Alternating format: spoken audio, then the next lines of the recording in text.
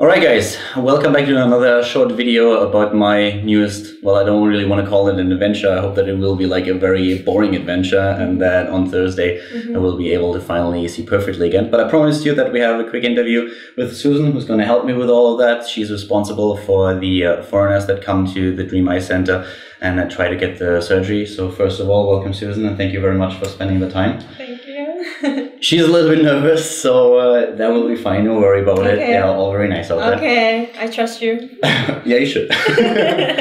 But yeah, just a couple of questions and a few things that people might find interesting. So the first thing is actually, can you tell us a little bit about the Dream Eye Center, about the clinic here? Okay, our Dream Center has been open for more than 15 years. And then we actually have two branches, one in Gangnam, one in Myeongdong. And we have 4 doctors all together, and then they all have ownership. We don't have any paid doctors in our office, and then they have done more than 30,000 cases per doctor. Yeah. Okay. Yeah. How many, does the clinic do anything else, or is it only for eye surgery? We're specialized in Lasik or Lasek, or one other called ICL. Okay.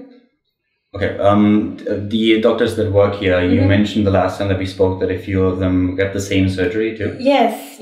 It's really safe. So 2 doctors, so one doctor is from Gangnam. Your doctor actually from here also received. I also received surgery too. Oh, you did? Yes, I did. Oh, okay. Same thing. And also one of our doctors from Myeongdong received same thing.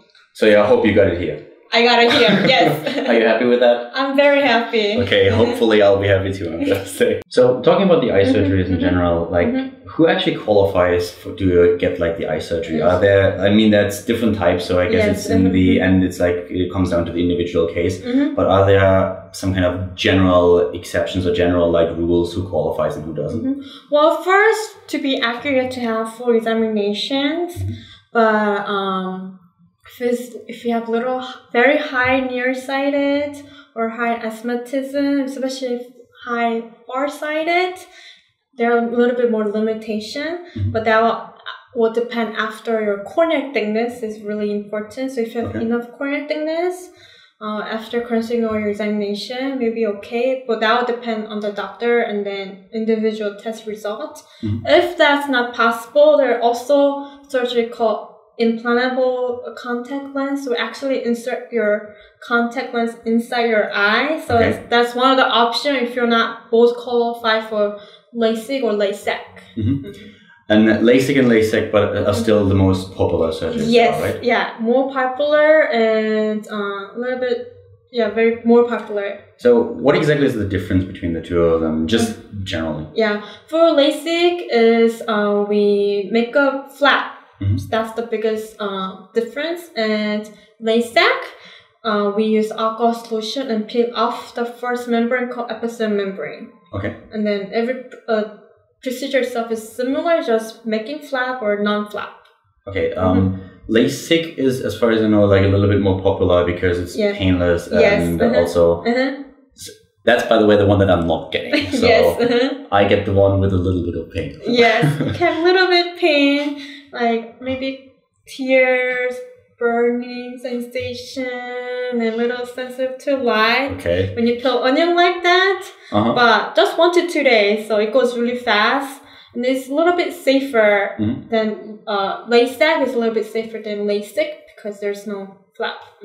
In general, when I decide to get the surgery, what's usually the process? What happens next? I showed the video already to you guys with all the things that they have outside. So I guess we go through the examination first. Yeah, so examination will take around 1 hour. So we like to check your eyes thoroughly. So we do a lot of machine, and especially we check your corneal surface because your surgery will be done on your cornea. That was, by the way, one of the machines where I had no idea what it was. I was talking a little bit about that when I had my former eye surgeries, examinations.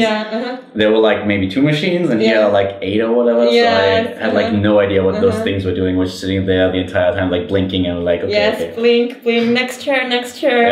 And then we check. We also check your retina, and then we also dilate your pupils. So on examination day, 4 to 5 hours, your near vision will be a little blurry. Yeah, that's definitely true. Like I was happy when I was at home again. Yes. People were looking at me weird, I think, because of my pupils, but yeah. Yes. So that went for like 2.5 hours.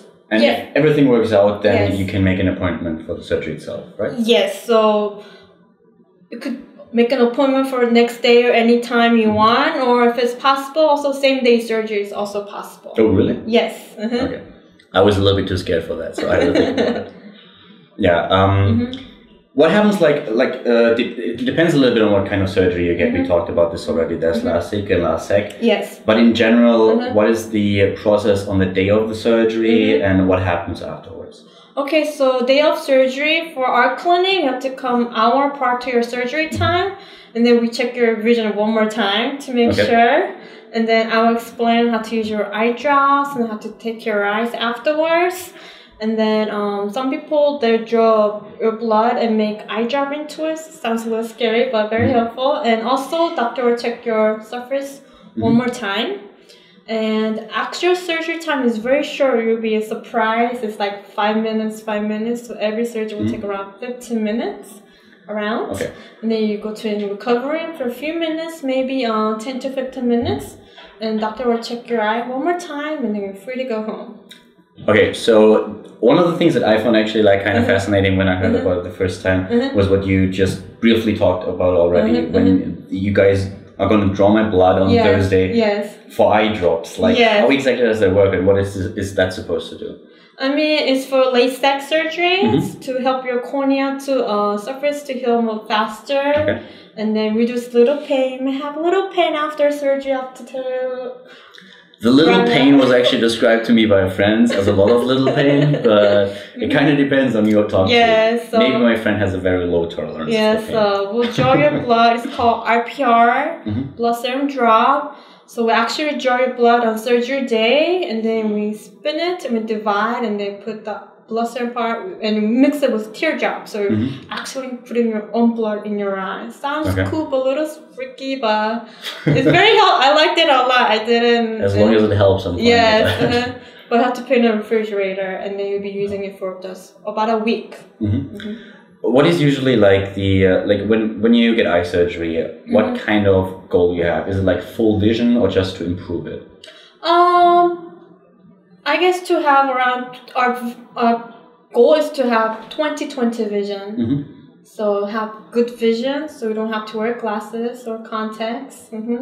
For all the Europeans amongst you, by the way, 20/20 means like you have perfect vision again. Yes. I had no idea about that when I first heard 20/20. Was like looking at people, I was like, what are you talking about? So yeah, so if you wear glasses, you're probably familiar with the term, but I have to admit I wasn't. So yeah. In general, like a lot of people have been asking me when I told them that I get the surgery that they were interested in doing that as well. Do you have a lot of foreigners that actually travel to Korea to get that? Because I heard that apparently abroad, especially in Europe, it seems to be so much more expensive than Korea. The prices are more reasonable in Korea, and then we have high technology.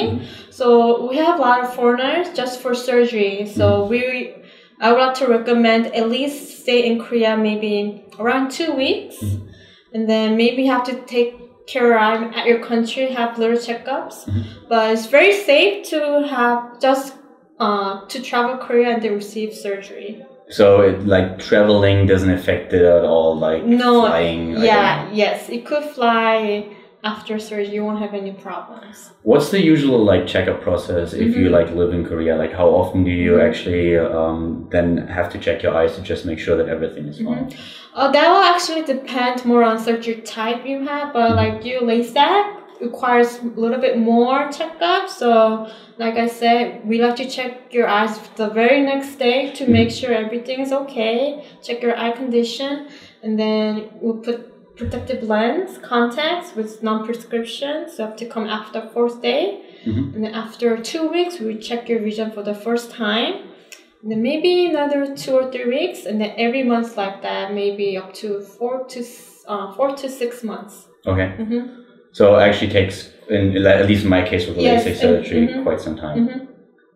As far as I know, Lasik is also like very similar to PRK, right? Yes. That was one of the things that I stumbled upon when I looked up the surgeries. Like apparently the most popular parts are Lasik, and then there's PRK. Yeah. What's the difference there? They're pretty much the same, but now we call more Lasek.